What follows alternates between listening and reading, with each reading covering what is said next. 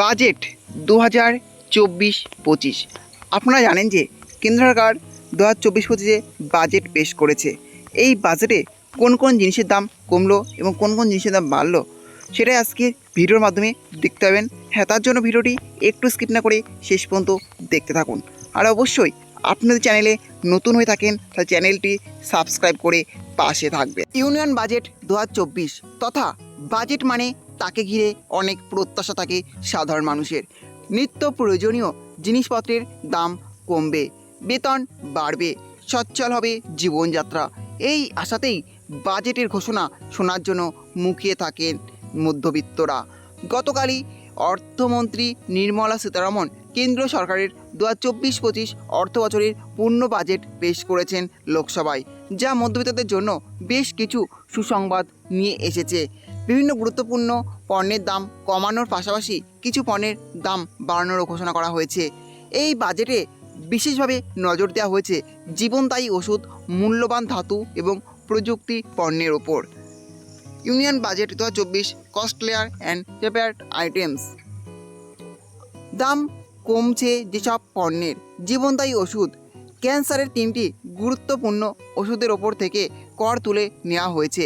এর ফলে এই 3টি ওষুধের দাম কমবে এবং ক্যান্সার রোগীদের চিকিৎসা খরচ কিছুটা হলেও হ্রাস পাবে।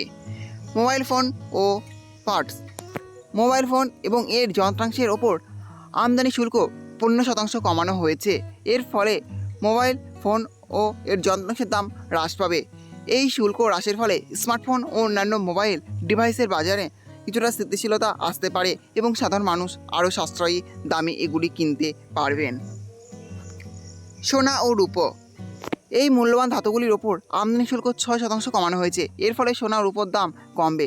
বিয়ে এবং অন্যান্য পারিবারিক অনুষ্ঠানের জন্য সোনা এবং রূপো কেনা এখন আরও সাশ্রয়ী হবে। প্ল্যাটিনাম, নিকেল, তামা, প্ল্যাটিনামের ওপর থেকে 6.4% শুল্ক হ্রাস করা হয়েছে। নিকেল ও তামার ওপর সাধারণ কর তুলে নেওয়া হয়েছে। এর ফলে এসব ধাতুর দাম কমবে এবং বিভিন্ন শিল্পক্ষেত্রে এর ইতিবাচক প্রভাব পড়বে। সামুদ্রিক মাছের খাবার, এই পণ্যের ওপর থেকে কর 5% কমানো হয়েছে। এর ফলে মাছের খাদ্যদ্রব্যের দাম কমবে এবং মাছ চাষিদের লাভবান হওয়ার সুযোগ বাড়বে। দাম বেড়েছে যেসব পণ্যের: প্লাস্টিকজাত দ্রব্য, প্লাস্টিক দ্রব্যের উপর শুল্ক বাড়ানো হয়েছে। এর ফলে প্লাস্টিক থেকে তৈরি বিভিন্ন পণ্যের দাম বাড়বে। প্লাস্টিক দূষণ কমানোর লক্ষ্যে এই পদক্ষেপ গ্রহণ করা হয়েছে। টেলিযোগাযোগ সরঞ্জাম, টেলিযোগাযোগের সরঞ্জামের ওপর কর 10% থেকে বাড়িয়ে 15% করা হয়েছে। এর ফলে এসব সরঞ্জামের দাম বাড়বে এবং এর ফলে টেলিকম পরিষেবার খরচ তথা মোবাইল রিচার্জের দাম বাড়বে। ইতিমধ্যেই রিচার্জের বাড়তে শুরু করেছে। এরপর দাম আরও বাড়ে, সত্যিই চাপে পড়বে সাধারণ মানুষ। এরপর যদি দাম সত্যি বাড়ে সেটা কিন্তু সাধারণ মানুষ খুবই চাপে পড়বে। অনেকেই বলছেন আনলিমিটেড ফ্রি এর সকলের দরকার হয় না, তাই শুধু ভ্যালিডিটি চালু রাখতে 50 টাকার নিচে মিনিমাম একটা রিচার্জ প্ল্যান থাকা অবশ্যই দরকার। এছাড়া দাম বেড়েছে বাজেট 2024-এ বিড়ি, সিগারেট ও তামাকজাত পণ্যের, ইমিটেশন জুয়েলারি ও 500 গ্রামের বেশি ওজনের সোনার বারের। মধ্যবিত্তের জন্য এই বাজেট কিছুটা হলেও সুরাহা নিয়ে এসেছে, বিশেষত সোনা, মোবাইল এবং জীবনদায়ী ওষুধের ক্ষেত্রে। তবে প্লাস্টিকজাত দ্রব্য এবং টেলিযোগাযোগ সরঞ্জামের দাম বাড়ার কারণে কিছু ক্ষেত্রে খরচ বেড়ে যেতে পারে। এই বাজেটের মূল লক্ষ্য হলো সাধারণ মানুষের জীবনযাত্রার মান উন্নত করা এবং তাদের ব্যয় কমানো। তাহলে বুঝতে পারলেন বাজেট 2024-25-এ কোন কোন জিনিসের দাম বেড়েছে এবং কোন কোন জিনিসের দাম কমেছে। মোবাইল রিচার্জের দাম কিন্তু বাড়ছে, এটা কিন্তু প্রায় নিশ্চিত হয়ে গেছে, অলরেডি বেড়েও গিয়েছে, আবার কিন্তু বাড়তে পারে এরকমই আশঙ্কা করা হচ্ছে।